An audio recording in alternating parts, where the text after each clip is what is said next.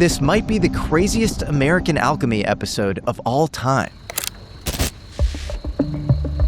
In the video you're about to watch, we reveal some extremely hardcore details about how UFO programs actually work. Spoiler alert, it involves rounding up people from third world countries who have psychic capabilities to systematically summon or lure in UFOs. It also involves electromagnetic pulse weaponry used to down these crafts. And of course, it involves reverse engineering the technology. What you end up with is a parallel reality, a breakaway technology chain, and the ability to hide all of these things in mountain and undersea bases all over the world that are sometimes jointly operated by non-humans and humans. But before we get into that, we've got to back up and report on the latest UFO news, because the government isn't talking about any of these darker details we'll get into in this video. But they are beginning to admit that UFOs are real. And we have come a long way. I mean, even Neil deGrasse Tyson is now admitting that all of this stuff is probably real. When these people of high rank started reporting, I said, all right, I have to jump in here.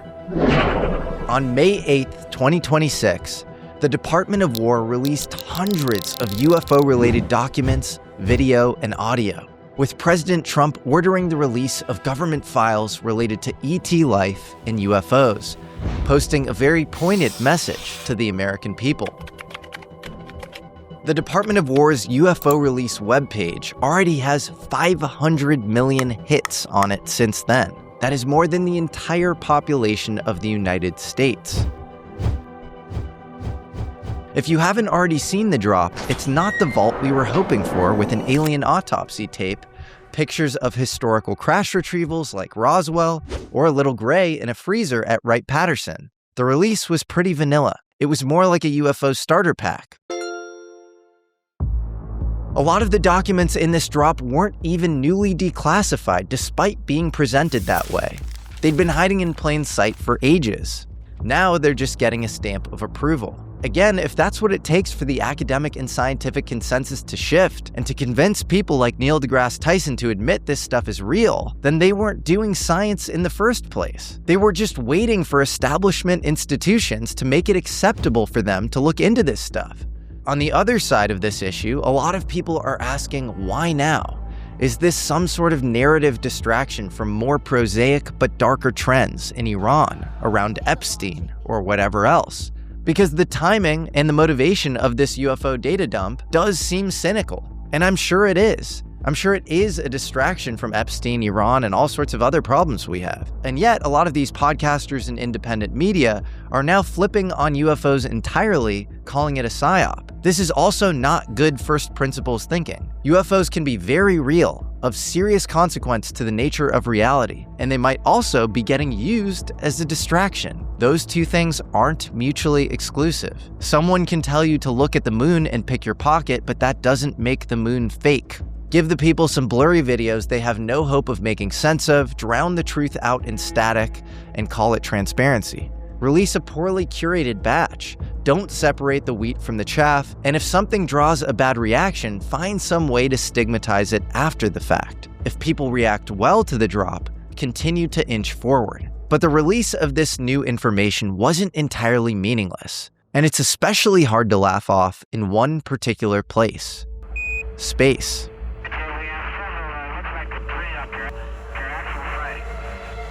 You see, this whole drop puts NASA, our premier civilian space agency, in a bind, because they've been playing dumb about their own astronauts seeing UFOs, and they've been gaslighting the public since their inception in 1958. NASA is not a place that's going to hide its head in the sand.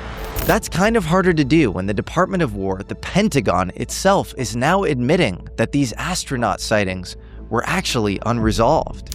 Astronaut Gene Cernan, the last man to walk on the moon, experienced bizarre flashes, distant blinking objects, and even getting hit with blinding flashes of light in the dark while he slept, like a train coming at you, only with a flash. Gene goes on to insist something is out there, and Houston says, "We don't doubt it, Gene." Now, this is all very serendipitous because I just got back from Japan, where I spent a lot of time with a NASA historian there named Takanao Jowson. Jowson happened to be a very close friend of Gene Cernan's, and then he went on to reveal something absolutely mind-blowing to me.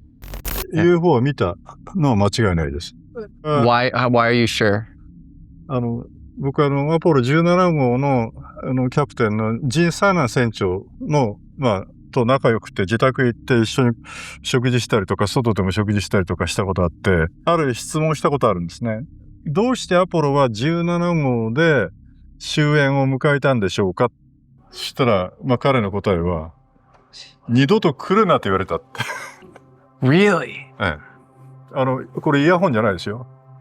脳に直接語りかけてきた。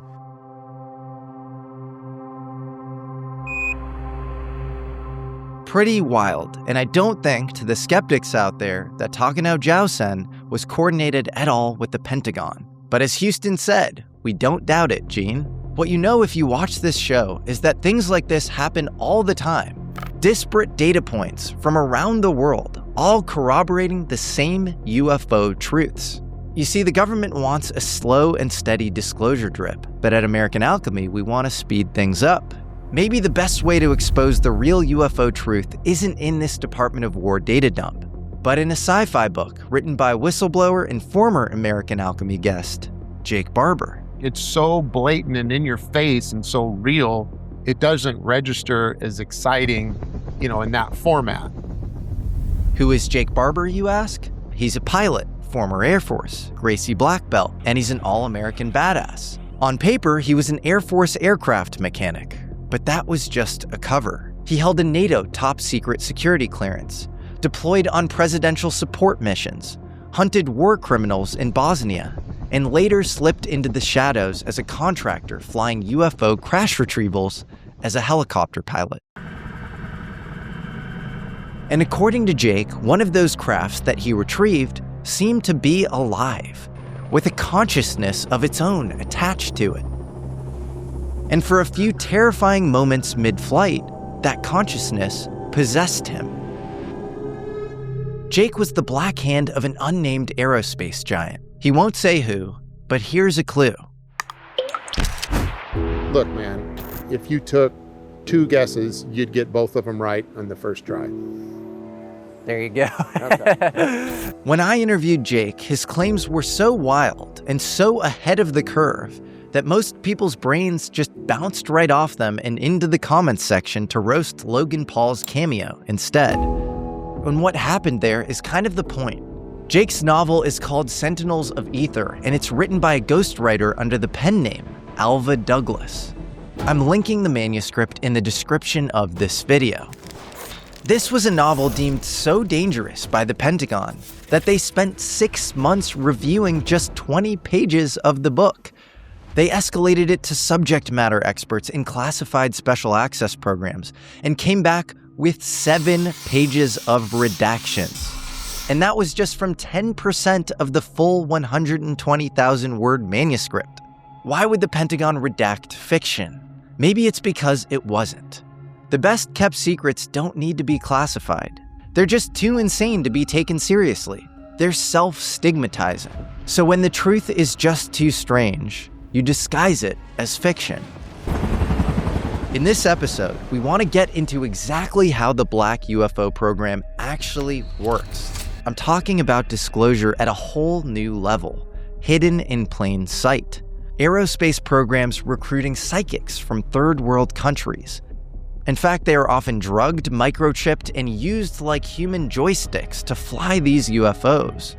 I'm also talking about underground bases hidden all over the world. And I'm talking about holograms and nanotechnology used to create entryways into these mountain bases that only open up for certain people with certain biosignatures. And finally, I'm talking about protocols that can help anyone, you included, attract and see UFOs, and maybe call one to your bedroom window. protocols that the government has been exploiting in hidden programs for decades. So what's the real secret that the Pentagon doesn't want you to know? The ability for any person to connect to this phenomenon or attract it like a human antenna is real. The big secret isn't a mothership, it's you. Your own human nature that's far more magical than the happy accident of random atomic interactions we're told about in school.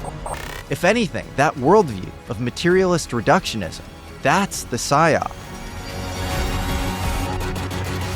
So keep your eyes peeled, because tonight we're going inside the book the Pentagon doesn't want you to read. We'll decode what's real, what's fiction, and what's hiding 5 miles east of Coyame, Mexico.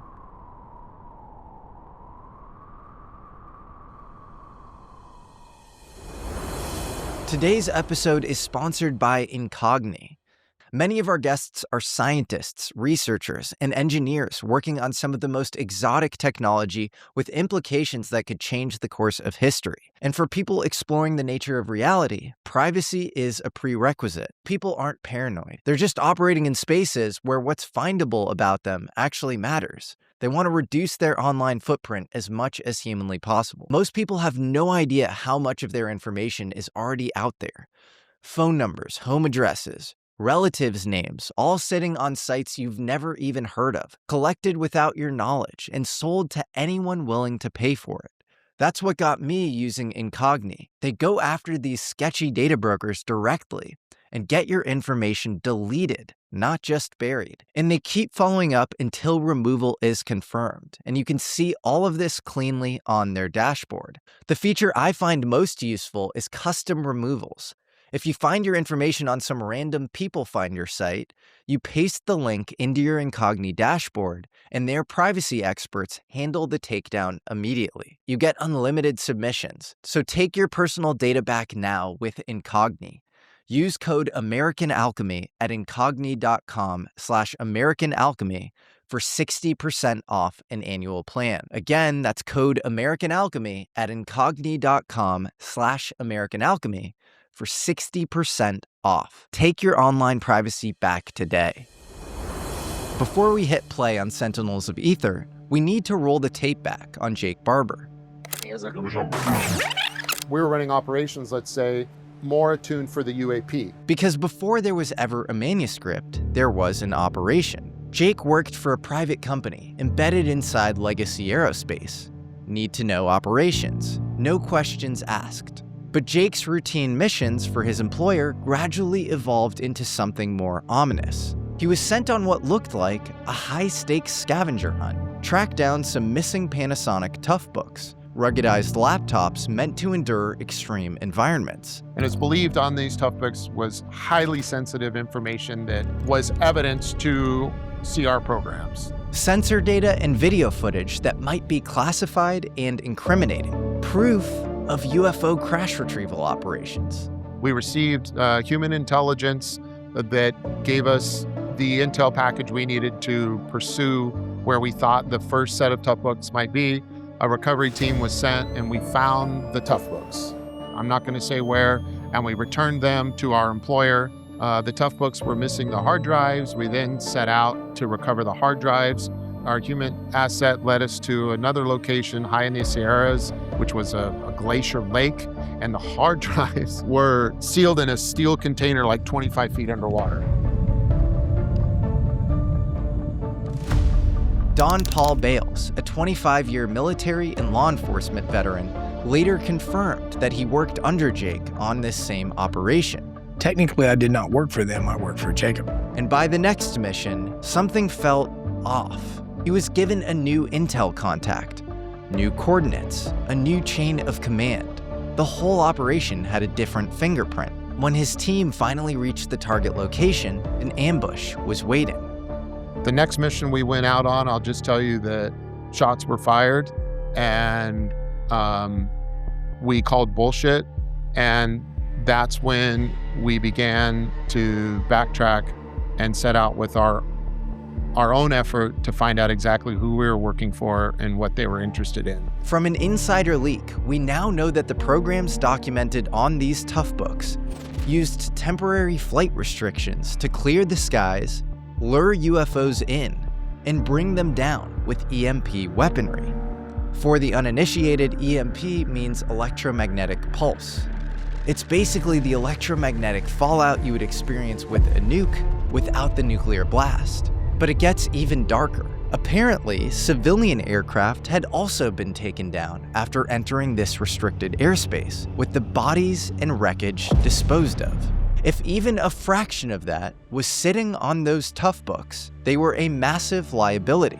Not only did Jake's employer want to destroy the Toughbooks with evidence of crash retrievals, they also wanted to destroy him. The plausible deniability button that people at the top can hit in order to protect themselves would sever us as the hidden hand. So Jake does what any good operative does when the mission burns. He burns it back. He and his teammate turned their special ops spycraft back against their own employer, and indirectly, the UFO legacy program itself. Jake's weapon of choice isn't a gun, it's a manuscript. In DOPSR, the Defense Department pre-publication review is the system designed to silence him. For most people, it's a muzzle, but Jake turns it into a Trojan horse. He teams up with a ghostwriter and begins crafting the manuscript, then slices it into 20-page chunks and feeds them to DOPSR. The first round took 6 months and came back with 7 pages of redactions. Instead of killing his story, the redactions only served to confirm it. You see, Jake used the redaction process backwards, as a discovery tool. Normally, you know it's classified and you avoid it. But Jake submitted material he suspected was classified, then watched what the Pentagon blacked out. By drip-feeding chapters, he could see which lines made the Pentagon flinch, adjust, probe, and slip real facts about the UFO legacy program into the public domain under the camouflage of fiction. The manuscript becomes a Trojan horse. The Pentagon's own bureaucracy becomes the delivery mechanism. And buried in the pages is a trail of breadcrumbs hidden in plain sight. For most readers, it's just a thriller. But for those who know what to look for, it's a cipher, waiting for the right eyes to crack it open. And the clock starts ticking. Out in the Badlands, just north of Coyame, Mexico, Earth looks a lot like Mars. Mesas ripped sideways from tectonic violence. Rust and bone-white rock layers streak down canyon walls. Boulders sit in bizarrely impossible stacks, like a Martian sculptor played Jenga with geology. There's no light pollution here, no highway glow, no city haze. When the sun drops, it's just you, the desert floor, and the whole galaxy staring back at you. Which means if you don't want to be seen, this is the perfect place to disappear. Welcome to enigmatic Coyame, population 1,230. On paper, it's a sleepy border town. But ask around, and it's Mexico's Roswell. And that's not hyperbole. It's literally the title of a book by researchers Noe Torres and Ruben Uriarte, who both documented decades of strange activity in the area. Locals constantly talk about colored lights that wink in and out around the mountain peaks.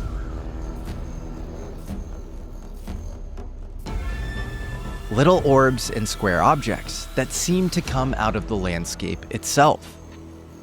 And then there's the big one.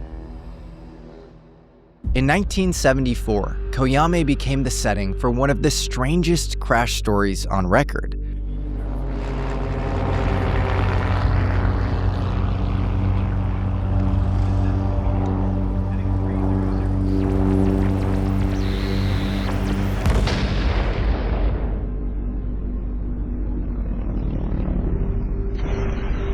A mid-air collision between a small Mexican plane and a UFO. A Mexican recovery team raced to the site but never came back. According to the leaked report that surfaced in the 90s, the whole Mexican team ends up dead, and the mystery object is airlifted out by US forces. If you're imaginative, you might wonder if Coyame wasn't just a crash site, but has long been a sandbox for clandestine ops. Perfectly isolated, with weird geology very good at hiding doorways to things that aren't supposed to exist. The locals, they don't talk about the lights anymore. And if you ask too many questions, you might find out why.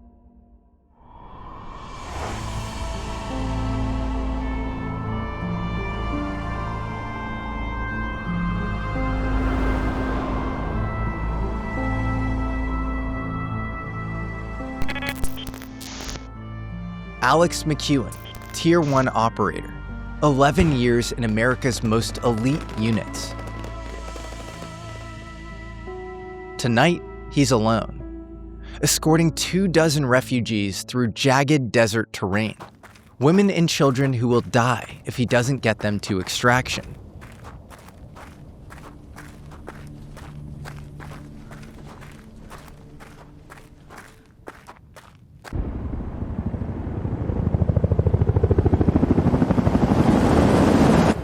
Scout, this is H1. We are here for extract. LZ is 100 meters to the south. Do you copy?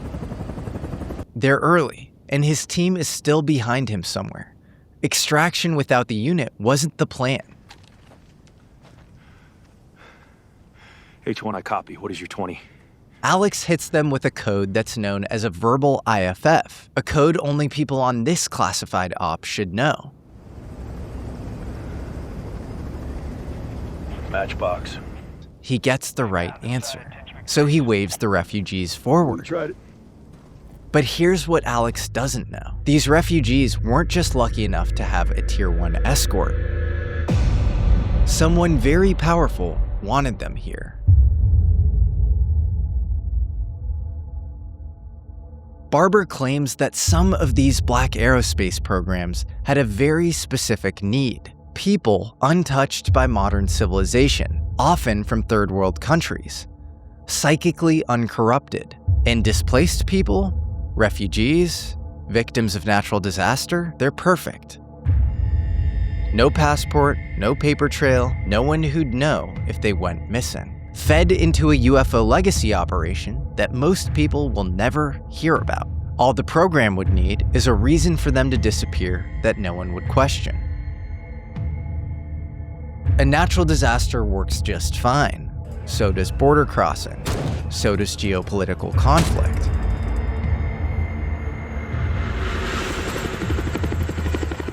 That's when Alex sees it.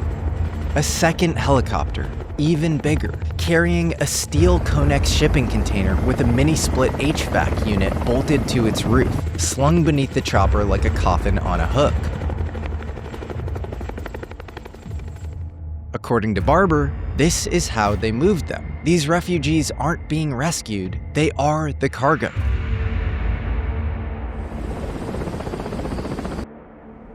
Copy, point. We're in contact. 3 figures materialize from the dust.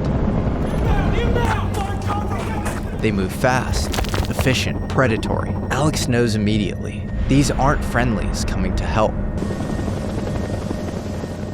Their gear is a Frankenstein mashup of high-end helmets, comms, and lightweight armor. One guy's pants are tucked into his Converse All-Stars.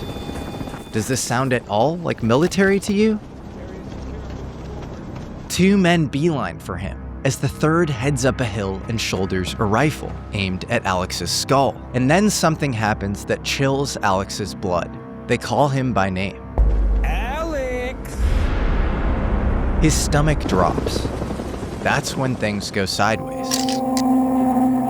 They rip the rifle from him and break it down like a pit crew before tossing it.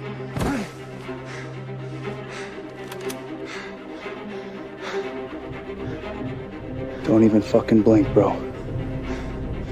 He's outgunned 3-1, with a rifle pointed directly at his head from elevation. They blindfold Alex and zip tie his wrists. One of them pulls out a strange handheld device, something like a bioscanner. He sweeps Alex with it from head to toe. A wand hunting for trackers and biometric chips? These guys are professionally trained, not random desert smugglers. He doesn't have it. Man 1 steps close. Man 3 holds the high ground, rifle steady. Man 1 raises his hand, gives a silent signal, and somewhere above, a trigger is pulled.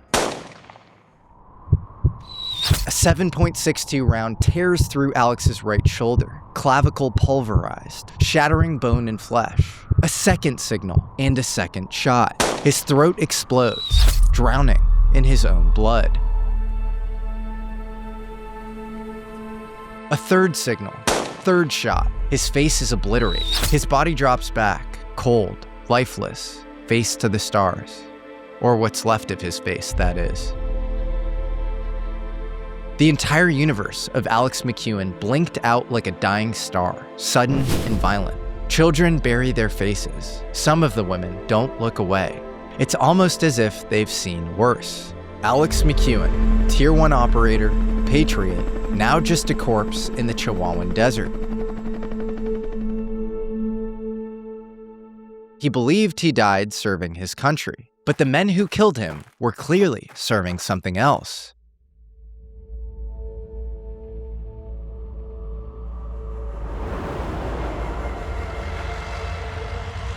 Cut to Pope Air Force Base, North Carolina. We're inside Joint Special Operations Command, or JSOC, their operations center. Everyone's frozen. The Secretary of Defense himself is on the other end of the call. And he is not happy. Dale, what in the fuck just happened out there? General Dale Steinmaker, commander of Joint Special Operations Command, is wondering the exact same thing. Mr. Secretary, do you have agency guys in Coyame, Mexico? Why the fuck would I? Everyone's at war. Nobody should be in goddamn Mexico. But the drone feed tells a different story. Someone just took out an entire special mission unit on JSOC's watch. The Predator drone had caught the whole ugly scene. Alex's execution, the refugees being loaded into the shipping container, and now the helicopters lifting off into the desert, human cargo in tow. Are you suggesting this is blue on blue? Black on black, sir. Excuse me, gentlemen. The difference here matters. Blue on blue is friendly fire, tragic, but explainable. Black on black is a nightmare. Covert operators killing covert operators. Shadow versus shadow. Whoever did this wasn't supposed to be there. The thermal signatures of 6 bodies, cool in the sand. The combat controller called for air support, but bled out mid-sentence.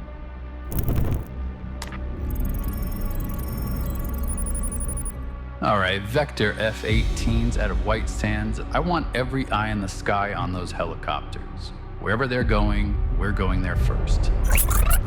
Within minutes, satellites pivot over Coyame. Half a dozen airborne assets spin up and vector south. Restricted Area 5107, the largest military installation in America. 3,200 square miles of nothing but sand and secrets. This is where they detonated Trinity, the first atomic bomb, July 16, 1945. Since then, it's been a war games wasteland. Eagle 1 and Eagle 2, Top Gun graduates yanked off a training mission and thrown straight into the real thing. Eagle Flight, what is your loadout? Sorry, gang, we're fast but not fatal. Negative for ordnance. How about a show of force instead? Translation: scare the hell out of them and force them to land. Just don't kill them. They want answers, not corpses.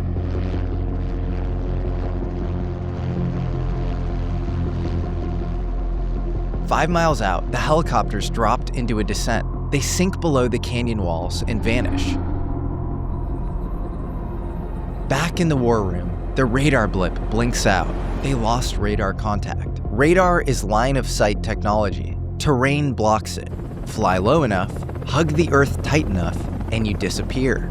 In skilled aviation circles, this is called nap of the earth flying, and these pilots know exactly what they're doing. Eagle 1 drops to 8,000 feet. Night vision goggles on. Scanning.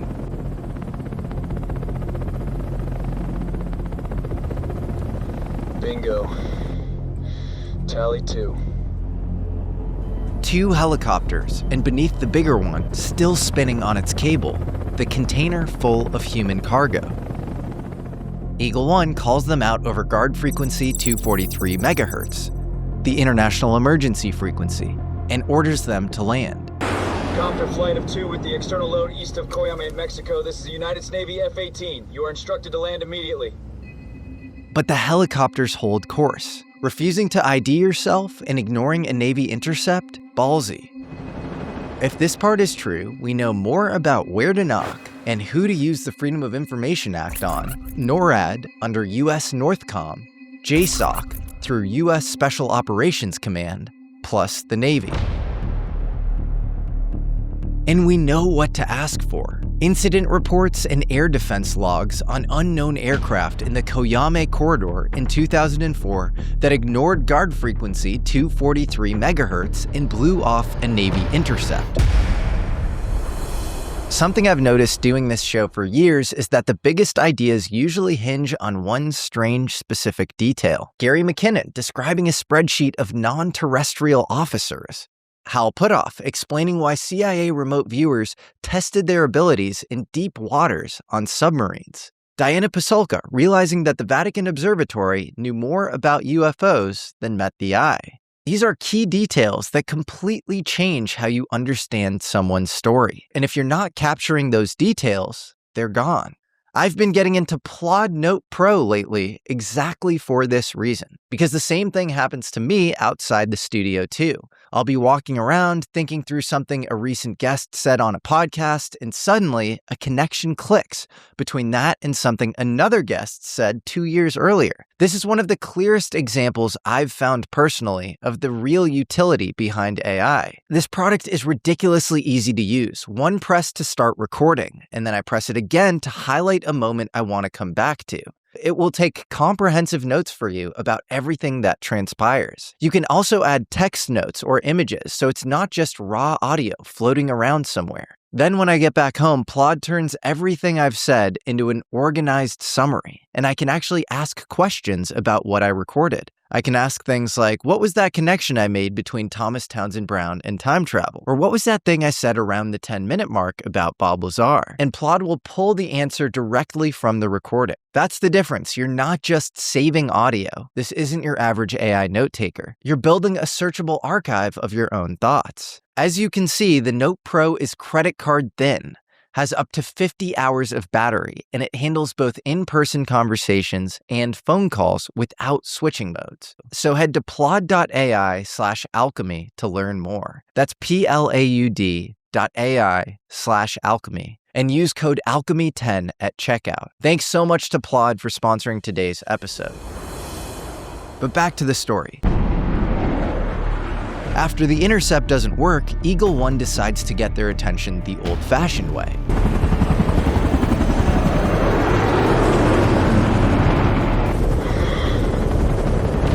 But as he lines up the pass, something's wrong. The gorge dead ends into a mountain so massive, it eats the stars. 1,500 feet of vertical rock. No way around, no way over, no escape. So what is this? A suicide run? Then everything goes wrong at once. In the war room, the drone feed dies. At the same time, Eagle 1's cockpit goes black. Flight controls, dead. Engines, dead. 200 feet from the ground, at near supersonic speed, the jet becomes a dead weight.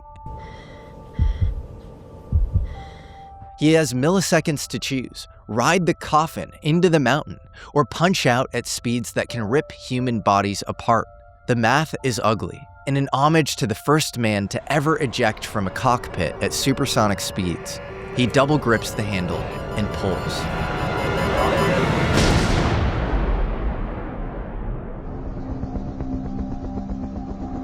"8,000 feet above, Eagle 2 can't breathe.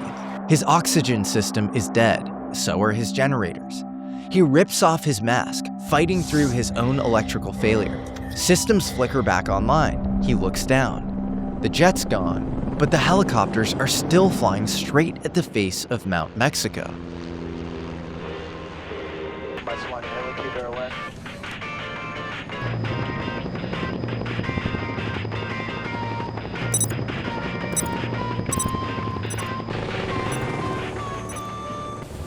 The mountainside starts to pixelate. It dissolves from 3D to 2D to nothing as the helicopters slip through and vanish from one world into another, entering a massive chamber made of stone and steel beams. Outside, the electromagnetic force field re-energizes to the illusion of solid rock.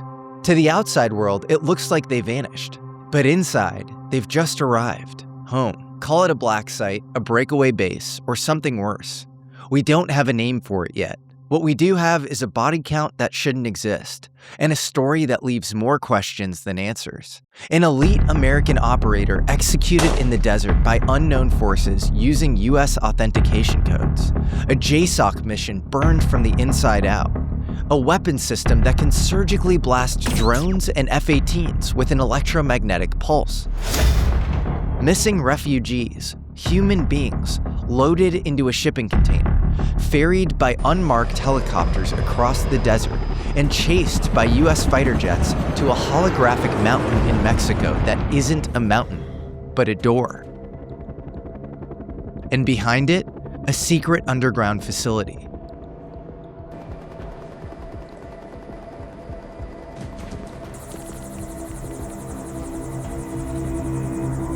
The fact that the general is asking the Secretary of Defense if another agency is running an unsanctioned op in Mexico tells us their worst fear. The enemy isn't foreign, it's domestic, but it's not under normal chains of command. And if that's true, then this isn't just a botched mission in the Coyame Desert. It's the tip of something much bigger.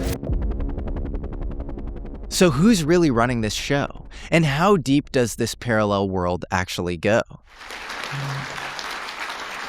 A real hero. June 12th, 2023, the National Press Club event in Washington, D.C. After years embedded in covert crash retrieval operations, Jake attends a National Press Club conference hosted by Stephen Greer. Thank you. Stephen Greer is notorious for getting in touch with people on the inside of the UFO Legacy program and helping draw publicity to their stories. Usually, he's going for the most disgruntled defectors. Jake shows up at the event and is there to red team the whistleblowers. We were actually sent there on behalf of our employer to look for whistleblowers that we were trying to basically report to the FBI and get arrested, because at that time I was in this weird place between becoming a whistleblower or rounding up the whistleblowers and shutting them up.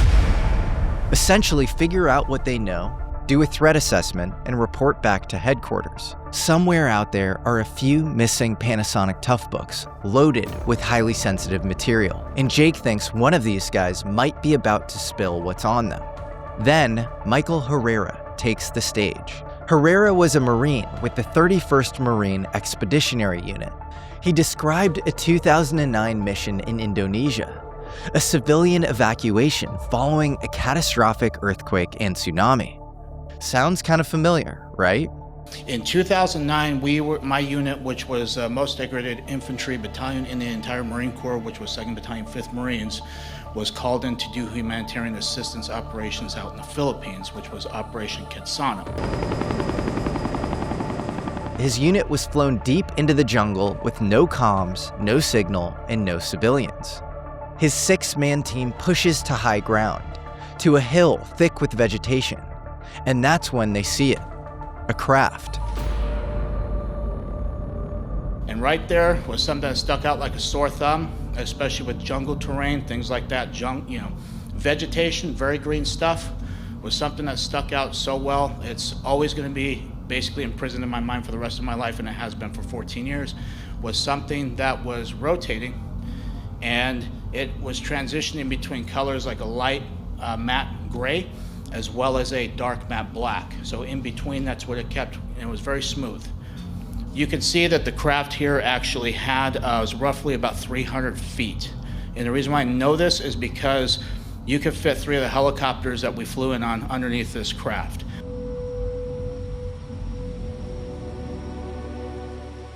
"300 feet across, octagonal, matte, or what he describes as Vanta black.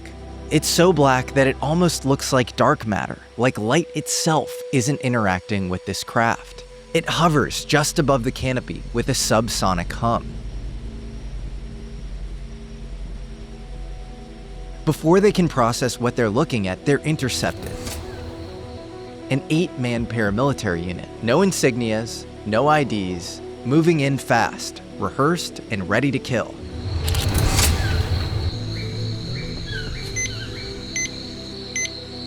They disarm the Marines, scan them with a bioscanner, and hold them at gunpoint.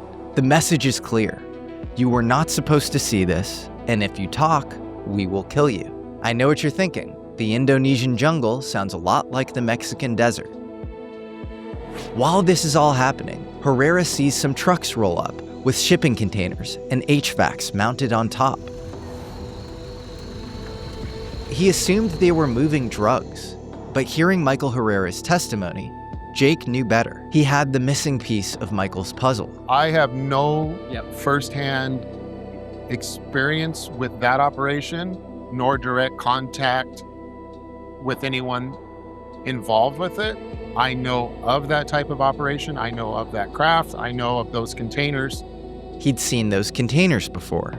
Those units that they used are consistent with the workstations we use when we're out on the range. They're mini split HVAC systems that are used up there. And they weren't hauling drugs. They were hauling people, kids. There are operations OCONUS outside the continental United States where prospecting for psionic assets takes place, and they're highly coveted. And the interesting thing is I hear in those programs that there's something valuable about the life experience in third world countries. In that, it seems as though people that live a simpler life and are outdoors more and have less contaminants in their food and their drugs and in their culture seem to be a little bit better at disassociating and heightening their intuition. Remember the refugees from Jake's manuscript? Those were psionic assets being funneled into programs that don't exist on any budget. People being forced into heightened states of consciousness in order to summon UFOs. How in the hell do you get like the humans and they say, oh no, it is natural disasters.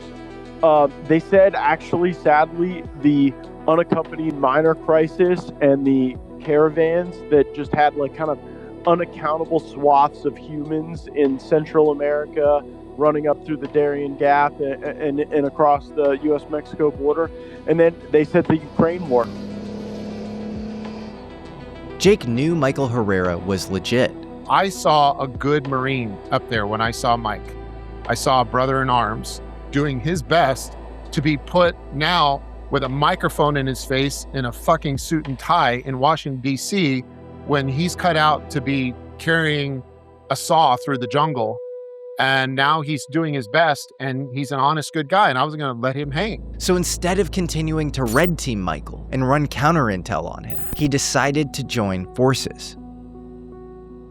We know that the CIA's Office of Global Access is rumored to coordinate closely with JSOC and NEST, or Nuclear Emergency Support Teams, for UFO crash retrievals. We also know that the Department of Energy has protective forces, elite units with legal authority under the Atomic Energy Act to move and guard highly sensitive material outside the normal DoD chain of command. They're described as elite fighting forces that operate in all combat environments. The protective forces here are recruited by private companies, but trained and commanded by Defense Nuclear Security, a program under the Department of Energy's National Nuclear Security Administration. Were these the guys who threatened Herrera in the jungle? We don't know, but it sounds like from the lack of insignias and mismatched uniforms, it's likely some black world paramilitary belonging to a private defense contractor, and one that's designed to be completely untraceable and confuse anybody it runs into. So if you're running an unacknowledged Black World hit squad, where do you park it? You need more than a base. You need a mirage.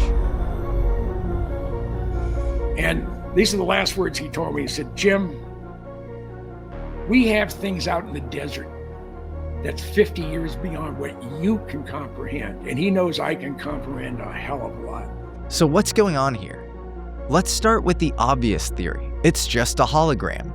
We know that the military's been flirting with holographic warfare for decades. In 1999, reporter William Arkin wrote an article about a 1994 Air Force concept for a holographic projector, massive 3D illusions in the sky, intended for psyops. As a side note, people should deeply investigate this tech tree, especially as it concerns normal UFO sightings. The problem here is a partial mountain-sized 3D hologram visible from multiple angles is an insane power bill. You're talking brutal energy requirements just to fake a rock. And yet, the lore runs deep. Billionaire UFO enthusiast Robert Bigelow says that Bob Lazar described a holographic book at S4 Area 51 that's like an alien Kindle. Bob's story is so much more in-depth, so much more detailed, like that book. Tell people about the book. It was some kind of a holographic book that as you opened up the pages, whatever the stories were became a hologram.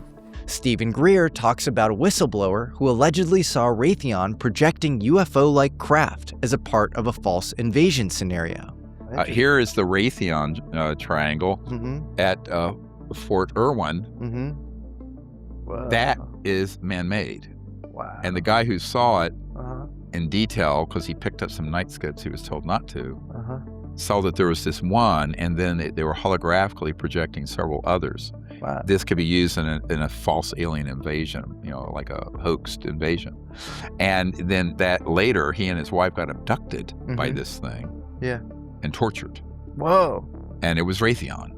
Then you have whistleblowers like Randy Anderson, who says he was taken underground at Crane Naval Surface Warfare Center in Indiana and shown a metallic gauntlet with a crystalline screen, and above it, symbols that looked almost holographic. I'm looking at it and it almost looked like a mirage type of effect.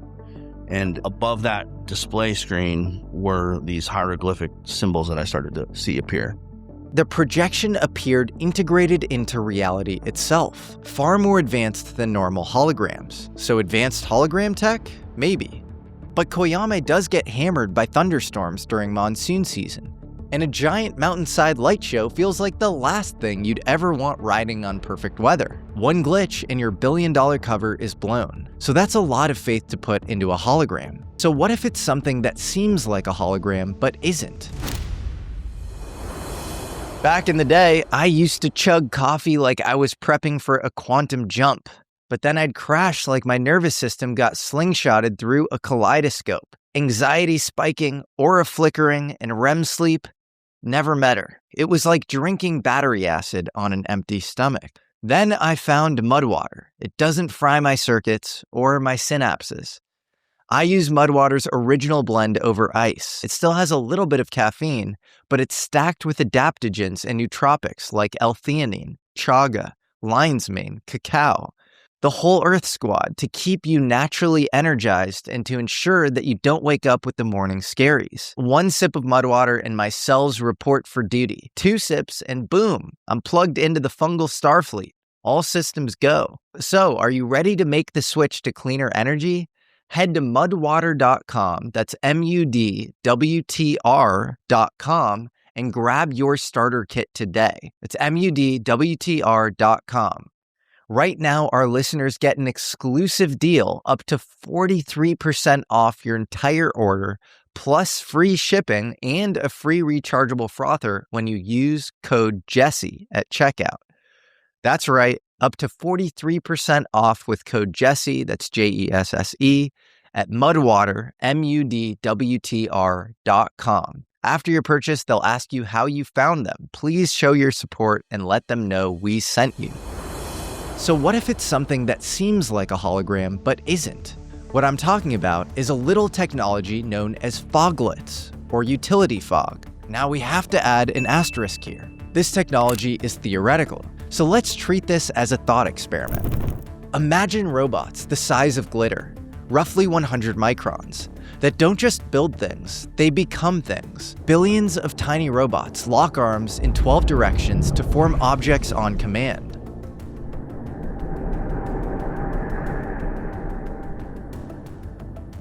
Then dissolve and reshape into something completely different. Remember the liquid metal Terminator from Terminator 2? That shape-shifting assassin that could morph on command? Nanotechnology Foglets could make that real. And that's not just sci-fi fanfiction. In 1989, scientist Dr. J. Storrs Hall pitched the concept of utility fog, an active polymorphic material made up of trillions of foglets that link together to form solid, programmable matter. In 1993, he doubled down on it with a paper that was published at a NASA conference. Here's how it works. Each foglet is armed with its own extremely rudimentary nanocomputer and can talk to its neighbors. They can share power, data, and rearrange themselves into almost anything. A mountain should be pretty easy. Hall claims you could actually push this technology to the point of creating a virtual world around you. You'd essentially get Star Trek's holodeck, one that could actually cut you and make you bleed. That's a direct quote from him. All of the stuff you want out of a material, an intelligent morphing material, can be done simply by expanding or contracting the material and controlling that at a scale that ranges from seconds to milliseconds. Unlike holograms, foglets have a physical presence. They could be your magic carpet, push you on a swing, shield you, slap you, or even become your best friend if you really want to get weird. You could punch a foglet mountain and break your hand, but program it to recognize you and open sesame. They're essentially programmable matter, solid or permeable on demand. They could fake the gritty feel of sandstone and layered rock by dialing in just the right micro-vibrations for your skin to read as solid stone. But there's a catch. In Hall's original design, his foglets looked more like snow, not ideal for mimicking a desert mountain. But in interviews and other technical write-ups, he says his design could be enhanced with light-emitting antennae to match color and optical properties in real time. Add that upgrade, run the foglets in pixel mode, and the outer skin basically becomes a 3D TV screen, blending into whatever you want it to. Now look at how the story describes the mountain's behavior. That's our next big tell that we might not be dealing with a simple hologram. As the helicopters are about to collide with the mountainside, its 3D appearance transitions to 2D, then pixelates into nothing. If upgraded foglets exist, and that is a big if, we are admittedly engaging in extreme speculation here, so you should accept that caveat. But if they exist, this is the behavior you might expect to see. As the helicopters close in, foglets would start shifting formation, half their arms staying locked in lattice formation, while the rest drop out of rock mode, as the mountainside dissolves into flickering patches like pixels on a screen. From the cockpit, it would look like a 3D mountainside, flattening into a weird shimmering 2D skin that breaks into pixels and dissolves as the helicopter passes through. The low-frequency pulsing in the crew's headsets is another clue. It's not ambient sound, so one possibility is strong radio frequency emissions bleeding into their radio gear, a glitch that's known as audio rectification. If foglets were adapted for the real world, they'd likely be upgraded with wireless real-time communication for swarm coordination. So imagine trillions of foglets moving in coordinated waves, unlocking, shifting antenna arms, and cycling their electrical states. That kind of swarm could generate the strong radio emissions and an audible pulsing you'd hear in your headset. A hologram wouldn't do any of this. Remember, in the novel, the drone and the F-18s suddenly lose power, while the helicopters slip right through the mountain, untouched. In theory, if the mountain is really a trillion little foglets, each speck with its own brain, sensors, and comms, they could act like a living electromagnetic warfare system. With each cubic inch packing 16 million processors, they could jam specific signals, bleed power from drones while leaving others untouched, and run friend or foe codes so only approved aircraft get a clean pass. Returning helicopters could transmit the right codes to slip through, giving everyone else power failure and a not-so-gentle escort into the dirt. Now this mountain in Sentinels of Ether could also be pure fiction, but crafts vanishing into mountains is a documented phenomenon, especially in places like the Uinta Basin. If something lets objects slip through what looks like solid rock, we're probably beyond conventional technology and already playing in the black world sandbox. Foglets are just my best guess, but they aren't some wild stoner fantasy either. The DIA has openly mused about programmable matter for camouflage and invisibility. In the 1990s to 2000s, the idea of smart dust caught fire among sci-fi nerds everywhere, including some feds at DARPA who began funding research on millimeter-scale autonomous sensing and communication nodes. While utility fog is still theoretical, the building blocks were active research areas back then. By 2001, DARPA was demonstrating smart dust in field tests. By 2004, MEMS, or microelectromechanical systems technology, had matured significantly. Publicly, we know about DARPA's smart dust and creepy biohybrid insect cyborgs. But in the black world, we have no idea what exists. Hall himself, again the creator of this concept, has warned that a lot of the work needed for real nanotech got actively suppressed, which is why we're a bit behind on Star Trek replicators and nano-assemblers. And let's not forget about the Invention Secrecy Act of 1951. This lets Uncle Sam classify and bury both government and private inventions, including patent applications in the name of national security. If something like utility fog exists in a classified program, filing a patent would amount to disclosure. So there's a reason no patents exist. The whole point of special access programs is to keep these capabilities hidden. You wouldn't telegraph that you've solved molecular nanotechnology. If you want to keep something a secret, you don't file. And then you have Ben Rich, former head of Lockheed Skunk Works, saying things like, "We already have the means to travel among the stars, but these technologies are locked up in black projects, and it would take an act of God to ever get them out to benefit humanity. Anything you can imagine, we already know how to do." Rich even claimed we have things out in the desert that are 50 years beyond what you could possibly comprehend. If you've seen it on Star Wars or Star Trek, we've been there and done that. He also admitted that there are people in the intelligence world who want this breakthrough technology to stay in the black forever. And he's saying this in 1995, the same era Hall is pitching utility fog to NASA. So if Rich is right, then by the early 2000s, the public was still gawking at smart dust, while some special access program buried in the desert might have been playing with full-blown programmable matter, the kind of tech that could absolutely fake a mountain. Just look at what Ross Coulthart and his sources have said about Bradshaw Ranch in Arizona. There is a portal in the United States. In fact, I suspect there are multiple. But this particular portal is in a highly guarded facility that is used under the US Forest Service cover. There are men with guns who patrol it, and there are witnesses who have seen people walking into literally a wall. So we have craft moving in and out of a mountain. We even have people walking through walls. Now let's talk psionics, the psychic summoning of UFOs, Jake Barber's secret sauce. We're told, and there's a whole movie made about it, debunking the idea of telepathy and psychics and psionics. Yeah. And yet you've only got to read the CIA gateway documents in the CIA files, and they show that that's actually not true. Yes. That essentially everybody took it very, very seriously. Jake Barber told Herrera that the paramilitary unit he encountered was transporting psionic assets, people with special intuitive abilities. What is real is the ability to go into something like a meditative state and summon UAP and pilot UAP.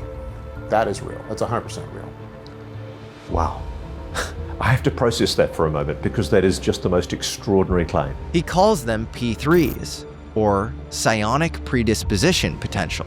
These aren't your average recruits. He personally sees it less like human trafficking and more like elite recruitment into specialized programs. Although admittedly, reading a lot of these stories makes me pretty concerned about human rights violations. So when these P3s or psionic assets are recruited, what do they actually do? Jake describes them as intuitives, trained like assets in remote viewing, telekinesis, and the whole psychic toolkit. All of this is honed through specific protocols. Their job is to tap into what he calls the consciousness field. Think of it like a cosmic World Wide Web, full of information everywhere all the time, invisible until you access it. A P3 is the receiver, the Wi-Fi antenna. According to Jake, there are two main attraction methods: machine-based systems, signals or energy systems that act like a beacon or dog whistle. After we turn on the dog whistle, UAPs literally come to us day after day. Or manned-based systems, trained psionics projecting an invitation through the field, essentially calling to whatever's monitoring it. To train a psionic asset, you have to shut down the overthinking brain and let intuition run point. Children are naturally better at this since they're usually more intuitive. Basically the plot of Stranger Things. Psychic kids being tested at Department of Energy National Labs. Jake's consciousness-based attraction method is very similar to Stephen Greer's coherent thought sequencing, the core technique in his CE5 protocol. It's a meditation-based invitation system built on a similar premise: consciousness as a communication channel. Now I know Greer can be polarizing. At times he can be self-aggrandizing and just plain wrong about a whole lot. But he's stayed remarkably consistent on this one thing for decades, and his contributions to UFO disclosure are incontrovertible. His system is all about non-local consciousness and laser-focused thought, with love and peace as the carrier signal. You basically run a cosmic Google Maps in your mind's eye, zooming in with mental imagery until you've dropped a pin on your exact spot. According to Greer, the craft picks up on a directed coherent thought signal as clearly as a radio would pick up on an electromagnetic signal. Remember the words of Lockheed's Ben Rich, who said exotic propulsion systems work the same way ESP works. All points in time and space are connected. Mind, body, and craft, integrated as one. Here's the basics of how it works. Coherent thought sequencing is like sending out your address by visually guiding the craft to your location through your mind's eye. You're essentially remote viewing space and then zooming in on your physical location. It actually even helps to use Google Earth beforehand to accurately visualize aerial shots of your location so your mental zoom in is razor sharp. Here are the basics. Sit down, close your eyes, breathe. Now zoom out and expand into space. The stars shimmer as you scan the star field, remote viewing the cosmos. In a galaxy not so far away is our very own spiraling Milky Way. Push in on a twinkling dot on its arm. Flash forward to our solar system. 8 planets orbit the sun. Earth lights up. Dive towards our planet Earth. Continents come into view. North America, the United States. Your state lights up. Pin drop your city. Zoom in over your town.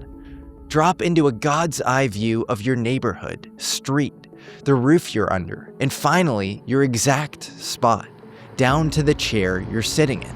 You are the pin drop on their map, broadcasting into the cosmos like a laser pointer. In this model, UFOs are directly coupled to their observer's consciousness. You're linking to both the ship's mind and its navigation system, and feeding it a visual vector it can lock onto. Optionally, if you have a legal safe line of sight and no aircraft in your sky, you can tag your location with a low-power laser into the star field overhead. Never shine a laser at aircraft or anywhere near their flight path. That's a federal crime. So if you use this technique, use it responsibly. I would also add that your internal state before trying this is incredibly important.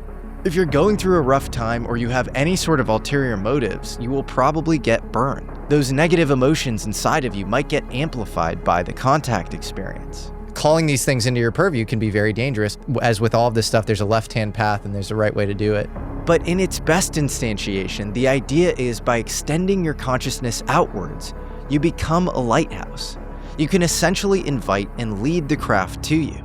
When done in teams, again with a good vibe and intention associated with it, you can amplify the signal through collective focus, multiple minds, one address. It's kind of like a synchronized love beam, blasting straight into the fabric of space-time.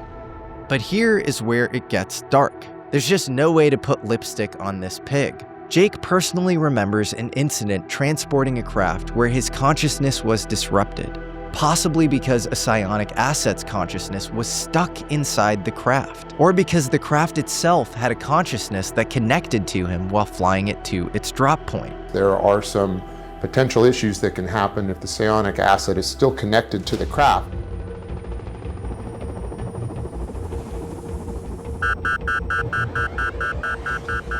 I hooked up. As I'm flying back to the drop site, I'm like completely overwhelmed. I'm like bawling my eyes out, flying a helicopter at night, like trying not to run into mountains and shit. And I'm like, oh my God, this is not good. I just felt like I was in the presence of my mother. It was like a feminine energy that was loving and sad, and I don't know what it was. In leaks passed to the pseudonymous researcher Joey Is Not My Name in 2023 by Michael Herrera, relayed to him through an insider we can now safely assume is Jake Barber before he went public, he paints a very grim reality. While psionic assets are taught how to communicate with ET and interface with ET tech, they're also chipped with a small tracking device and given a lot of heavy drugs, because you have to be in a very positive, calm, happy mental state in order to do it. After several years of this experimentation and drug use, a lot of these people die or slip into a coma. These people are essentially treated like biological equipment, maintained and then replaced when worn out. Historically and on the inside, the term sometimes informally used for psionic assets at these sites is pink assets. They've essentially been treated like experimental human meat. I'm sure many of these programs are run differently, some might be far more ethical than others, but let's just call a spade here. As Jake has explained, psionic flight doesn't come without risks, and it gets weirder. Allegedly, any random member of this unacknowledged special access program can't just hop in and fly a UFO if he's not psionically gifted. He'll get the silent treatment. The craft won't talk to him. It simply won't show up.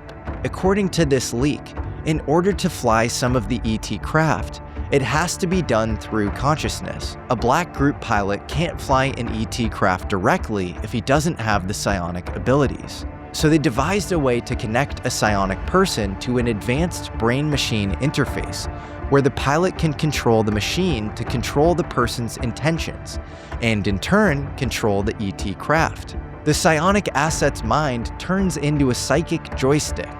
So this is where things get even weirder and more multi-layered. There's a pilot behind this psionic asset that flies the UFO through the psionic asset, using the psionic asset's brain to route the UFO, commanding it through a machine which converts those commands into neural patterns in the psionic's brain, the craft's readable language. The psionic asset becomes a biological interface, a human drone wired into an exotic control system. No psionic equals no flight. Pretty insane, right? Except the black world has been hinting at this for years. Let's go back again to Lockheed Skunk Works CEO Ben Rich, who allegedly compared advanced propulsion to ESP, or extrasensory perception, instant, nonlinear connections across space-time.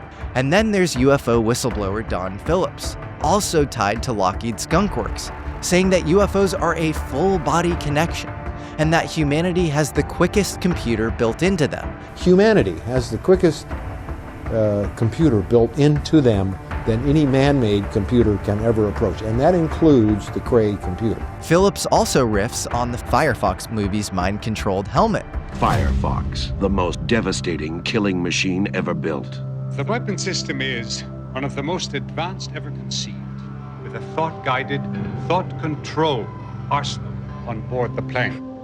Think your commands, steer with your eyes, fire with pure thought.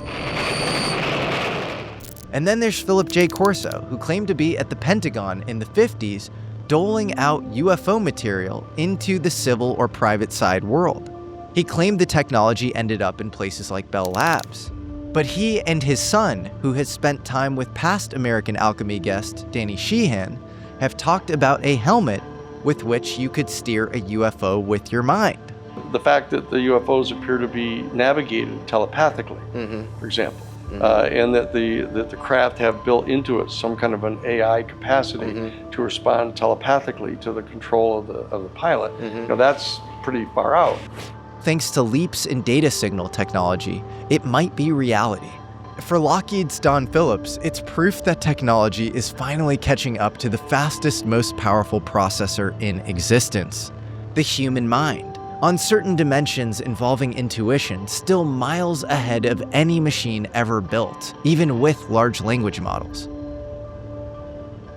So one Lockheed insider calls the human body a supercomputer that can command aircraft with thought, while another says exotic propulsion works like ESP. Suddenly, Jake's story doesn't sound so crazy. But there's more proof Jake Barber isn't out of his mind. His story would have made a lot of sense to John Norcine, a former Navy pilot turned neuroengineer and weapons designer for Lockheed Martin. This is a man who is funded by NASA and DARPA for mind-reading research. In 1999, Norcine published a report on biofusion, a system he later described involving brain-computer interfaces that convert thoughts into commands. No joystick or buttons, you just think and the aircraft moves. According to a man named Doug Pasternak who interacted with him, Norcine believed that a pilot could fly a plane by merely thinking. Basically no delay, no latency. For example, when you say right 090 degrees, the computer maps the pilot's electrical pattern in the brain and turns the pilot 090 degrees. And if there's a mistake and the pilot processes 080 degrees, the helmet catches the mistake and injects the right number into the pilot's mind. Electromagnetic waves straight to the dome. This is the tamest part of Norcine's work. His theory describes systems that could push your brain into any target state: aggression, calm, focus, ecstasy. I'm sure there are tons of implications for this work for CIA mind control programs like MKUltra, but let's stick to UFOs. According to his colleague, Duncan Laurie, Norcine theorized that every thought leaves an energy dispersion pattern. He called it a brain print, like a fingerprint, but for cognition. Intent, emotion, fear, joy. Each one has a pattern, not a static image, but something more like a posture, a configuration your brain holds that produces an action or state. So if thoughts or brain states leave patterns, how exactly do you capture them? As Norcine explained, think of your hand touching a mirror. It leaves a fingerprint. That's what biofusion does. It maps these brain prints using mathematical models. Just like you can find one person in a million through fingerprints, you can find one thought in a million. He wanted to build a full dictionary of these brain prints. The system learns what your brain looks like when you want to turn left, speed up, tilt, and stop. It doesn't just read you, it maps you. In theory, if you know the math of a brain pattern, you can potentially run it back into the brain and get the same state or feeling. You can think of biofusion like a brain-computer interface on steroids. Now here's where it gets interesting.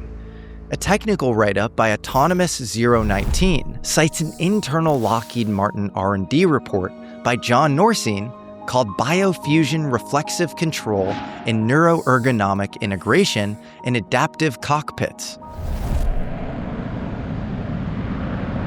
According to Norcine's citation, that report was funded under the contract N66001. I'll spare you the rest of the numbers. This is the same contract that NASA describes as an aviation weather information systems project. And that N66001 prefix traces back to the Navy's Space and Naval Warfare Systems Center in San Diego, today known as the Naval Information Warfare Center. So it appears we have a NASA-Navy hybrid, and not too far from where the Nimitz Tic Tac sighting occurred in 2004. Looked down a small, saw a white Tic Tac object with a longitudinal axis pointing north-south and moving very abruptly over the water. The same sighting that Ross Coulthart swears involved a Lockheed craft. I now know categorically that the Tic Tac is Lockheed Martin technology. On the surface, John Norcein's work looks like it somehow made it into a NASA weather contract, but it lines up with a mirrored Lockheed Martin document from around 2000 that lists his biofusion R&D report with the same contract number. Multiple independent references all point to the same thing. Norcein's biofusion neurocockpit work was riding under that contract. I guess if you had a project that involves flying UFOs via mind control, it makes sense you might bury it inside a weather program. By the early 2000s, Norcein's work basically vanishes from public view. And not long after, he does too, under very strange circumstances. Shortly before a planned lecture at the Naval War College in Newport, he emailed colleagues a cryptic line about his future talk.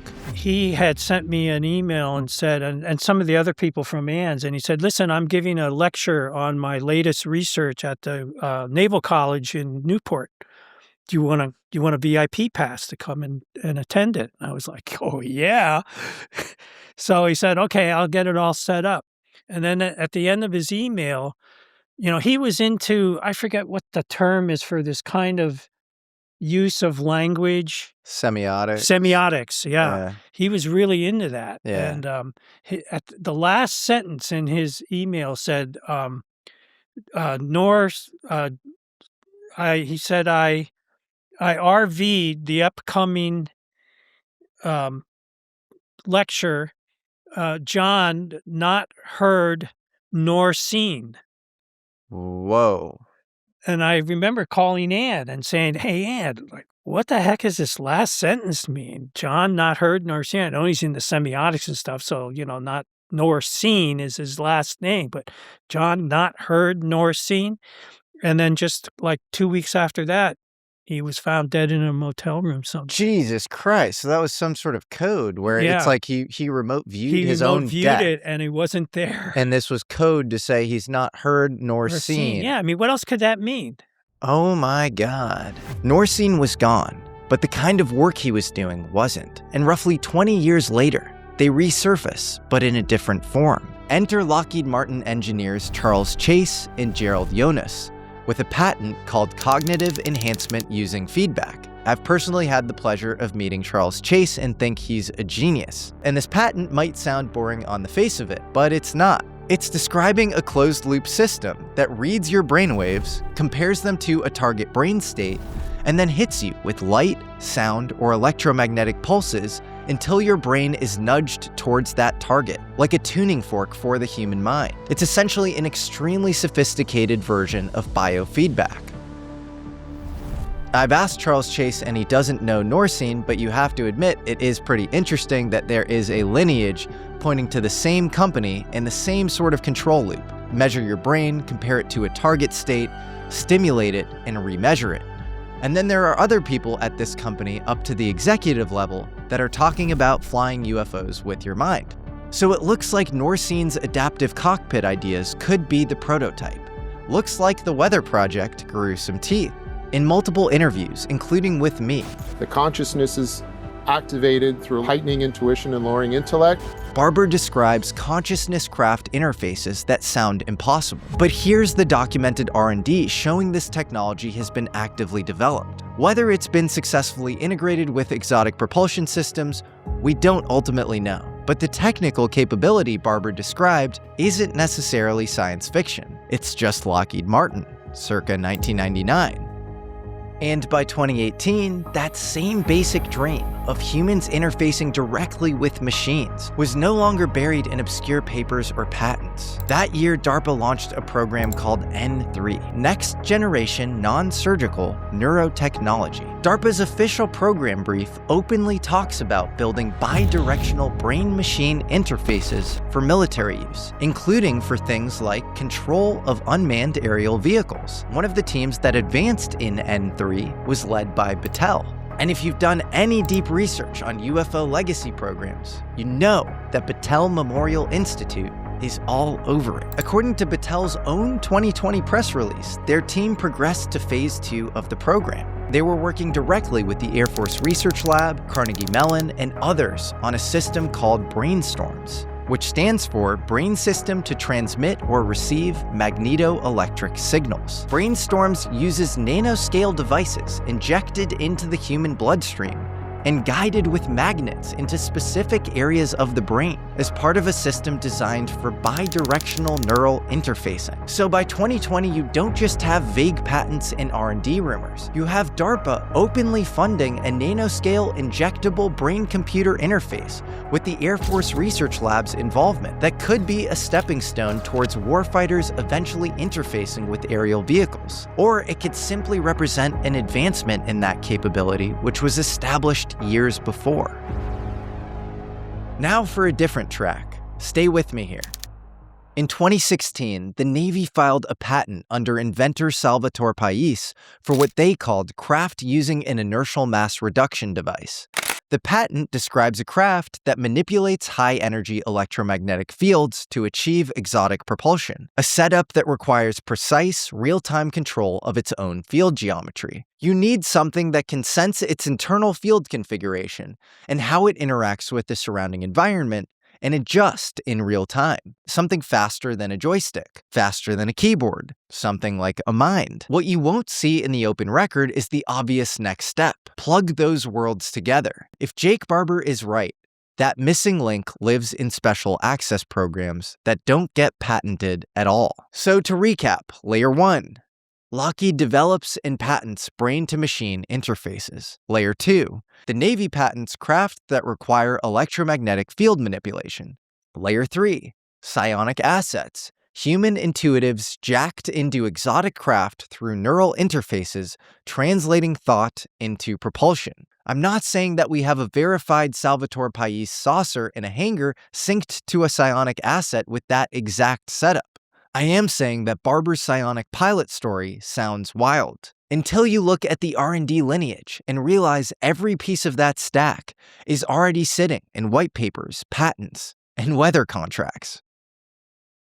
So far, we have a fake mountain, drugged psychics, and spacecrafts that only fly if you plug a human mind into them. What's next, do you ask? The moon's fake, clouds aren't really clouds, birds are surveilling us? Yeah. DARPA's R&D portfolio does not make that less creepy. Zoom out of Coyame, and you'll see a pattern. Mountains, paramilitaries, and vanishing crafts. It starts to look less like random campfire stories and more like puzzle pieces. Take Sedona, Vision Quest capital of America. It's all very eat, pray, love. But once the sun sets behind the red rocks, the vibe starts to shift. The notorious Bradshaw Ranch is ground zero for Sedona's high strangeness. There's even a book about it called Merging Dimensions, involving a rumored portal on the ranch. Massive cargo planes descending towards mountains where nothing exists, and lights shooting out of canyons as if the landscape itself is alive. There are constant claims of strange activity at Bradshaw Ranch in Secret Canyon, with reports of guys with military-style guns. No surprise, the ranch was sold to the U.S. National Forest for climate research in partnership with the Department of Energy and Oak Ridge National Lab. Nothing to see here. Whispers of a rumored base near Secret Mountain aren't new. Journalist Ross Coulthart went to Sedona and came back a believer. I am in no doubt whatsoever, Jesse, that there is a deep underground military bunker that was built in the 1950s under Secret Mountain. That's what it's called. It's the hilarious thing. It's somebody's secret joke. It's called Secret Mountain. Unbelievable. And that's not all. Outside of consulting multiple on-site witnesses, Ross personally witnessed anomalous activity around Secret Mountain. And if you looked at a particular place over Secret Mountain, you would see this big orb being escorted by helicopters rising from behind Secret Mountain. And we watched at 1:30 in the morning, and sure enough, up comes this beautiful golden orb, gigantic. It's not every day you see orbs escorted by Blackhawks like a presidential motorcade, but zoom in a little and look closely. You'll find something else. Investigators digging into rumors of underground facilities near Secret Mountain and Bradshaw Ranch kept hitting the same anomaly: a tunnel. Geophysical surveys and magnetometry by Terra Exploration Group showed a straight, man-made tunnel roughly 50 feet in diameter, running like a hidden artery from Secret Mountain to Bradshaw Ranch to the front gate of the Clarkdale cement plant, which John Bradshaw claims used to be the biggest employer in town and was guarded and fenced like a military site. And there's massive amounts of electrical power going into the ground under Bradshaw Ranch. And we didn't put this in the feature-length film that we put to air on primetime, but it runs in the full-length interview with Paul, my friend. He did a ground-penetrating radar check on the road around Bradshaw Ranch, and we found a 50-foot wide reinforced steel concrete, highly visible on ground-penetrating radar, literally just under the ground. Whoa. If you think this is beyond belief, underground military bases exist across the United States. They're called DUMBs, or Deep Underground Military Bases. Richard Sauter wrote an amazing book about them that I recommend you check out. There are also reports of hikers near Sedona walking into something out of a black op fever dream. Armed men in black, insignia-free uniforms, M16s in hand, standing in the middle of Coco Nino National Forest. These guys aren't militia. They don't match any unit anyone can identify. And this isn't just Sedona. This exact same ghost force keeps popping up in other hot zones across the United States. Head northeast to Skinwalker Ranch in Utah's Uinta Basin, and the vibe shifts from moonstones to pure dread. This place doesn't want you here. The Ute tribe won't even talk about it. They call it cursed ground, the path of the Skinwalker. And if you spend any time on the ranch, you start to understand why. Drones malfunction, helicopters lose power, equipment dies. I am transfixed on that tacky room. For all intents and purposes, I'm in that room. And so I just, I said out loud, okay, this is stupid. And then I said, all right, if you got something you want to show me, show me. If you got something you want to tell me, tell me. What the hell? I living? That's creepy. UFOs don't just fly over Skinwalker. They interact and descend, vanishing into mesas like ghosts passing through walls. Sound familiar? Owner Brandon Fugel openly describes Blackhawks circling with no transponders, shaking the house, running constant surveillance. We had a situation above the triangle where we were launching rockets, of course, one of numerous occasions, and the prominent UAP, unidentified aerial phenomena, ends up appearing, and then what happens within minutes following? The Black Hawk helicopter comes right over the mesa, descends over the property, and just hovers right over the south field. He also described a time where a UFO dropped down from the sky, entered the east field portion of the ranch below a helicopter, and then exited from a mesa. Does it look like it comes from right there? It came out of the mesa right there. Wow. That is unbelievable, gentlemen. During all of this, drones and other sensor equipment malfunctioned. Previous Skinwalker Ranch owner Robert Bigelow tells another story about a UFO flying lazy figure eights at low altitude, then shooting straight into a mountain. And so they stand there and they're watching this, and then it deviates dramatically and it shoots off at low altitude right into the mountain itself. But there's no explosion. It's just gone. In another case near Skinwalker Ranch, he describes a similar craft doing the same thing, shooting straight into the mountain as if the stone was a doorway. If we zoom out, it gets even stranger. During the CIA's remote viewing program in 1973, psychic spy Pat Price described a massive underground base inside Mount Hayes, Alaska. It had advanced technology, consoles, personnel that looked like military. He named 3 more bases: Mount Perdido in Spain, Mount Inyangani in Zimbabwe, Mount Zile in Australia. Years later, Joe McMoneagle, another extremely talented remote viewer, was given the same coordinates, blind. He saw the same mountains with the same underground command centers, and then he saw something else. The bases were connected, like nodes of a network, and when he remote viewed Mount Perdido in Spain, he saw how it was built, not by non-human intelligence, but by us, helicopters, cargo crates, human personnel moving materials into the mountain. Is it really possible to see through someone else's eyes or sense through their senses? Actually, we're not sure exactly how it works, but it is possible to report on the position or place that they're located. Once a private company has reverse engineered enough non-human technology, its capabilities can leap decades or centuries ahead of our own military. At that point, you're talking about a parallel civilization with its own cities, its own private armies, and physics we won't discover for another century. People seem to disappear on all of these mountains. The mountains contain geomagnetic anomalies. UFOs appear, often coming in and out of the mountains. The mountains almost feel like an air pocket of a different consensus reality. As my friend and legendary UFO researcher Richard Dolan might say, a breakaway civilization.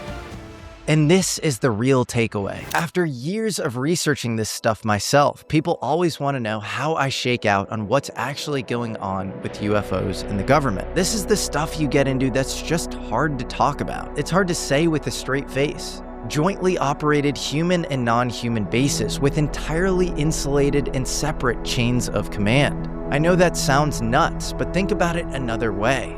Name me a topic other than UFOs with this much circumstantial evidence, but nothing concrete and definitive. So much smoke, but no fire. The control system around this stuff has to operate parapsychologically. They have to have next level abilities to cover themselves up. And if anyone is in charge of disclosure, they are.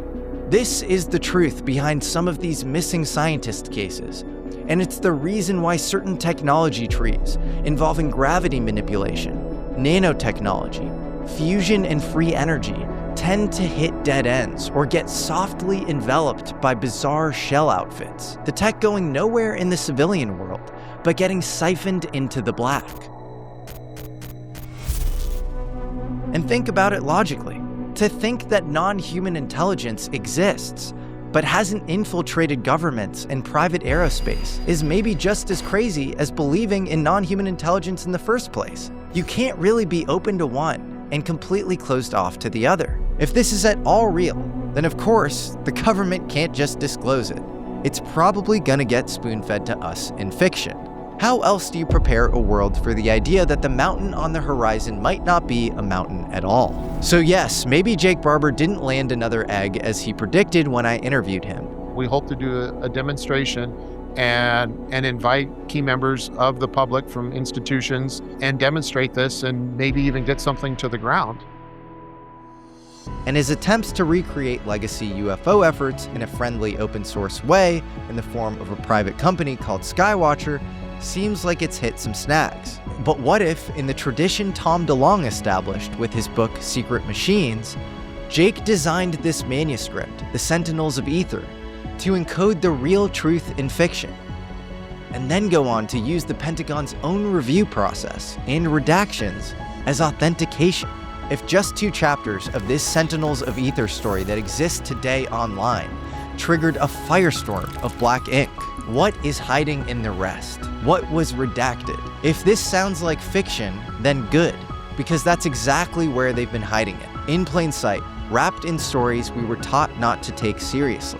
And maybe that's the point. A reality this shattering can't be announced. It has to be drip-fed, encoded in movies, buried in books, disguised as entertainment until we're ready to see it for what it really is. We don't need $1 billion black budget, psionic handlers, or brain chips. We have the hardware, we have the brainwaves, and we have a love beam they can't jam. 8 billion biological antennas walking around on the surface of planet Earth. Homegrown receivers capable of connecting to a field the black world spent 70 years trying to monopolize. Because there's a far more radical thesis than they're hiding UFOs. It's more like they're hiding us from ourselves.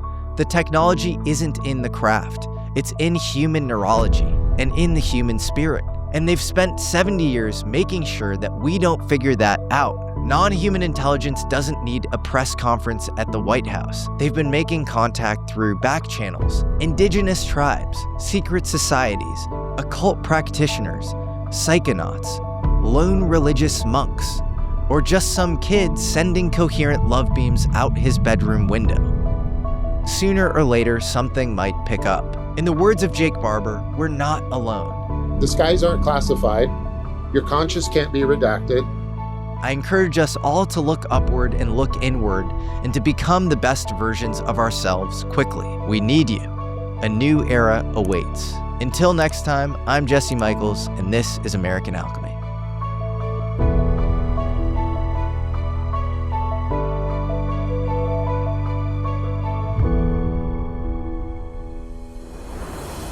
This next advertisement is for us, American Alchemy. Come work with us. We are looking for a highly competent producer and operator who can own workflows end to end and has a strong editorial eye. We definitely have a preference for applicants who are fans of the show prior.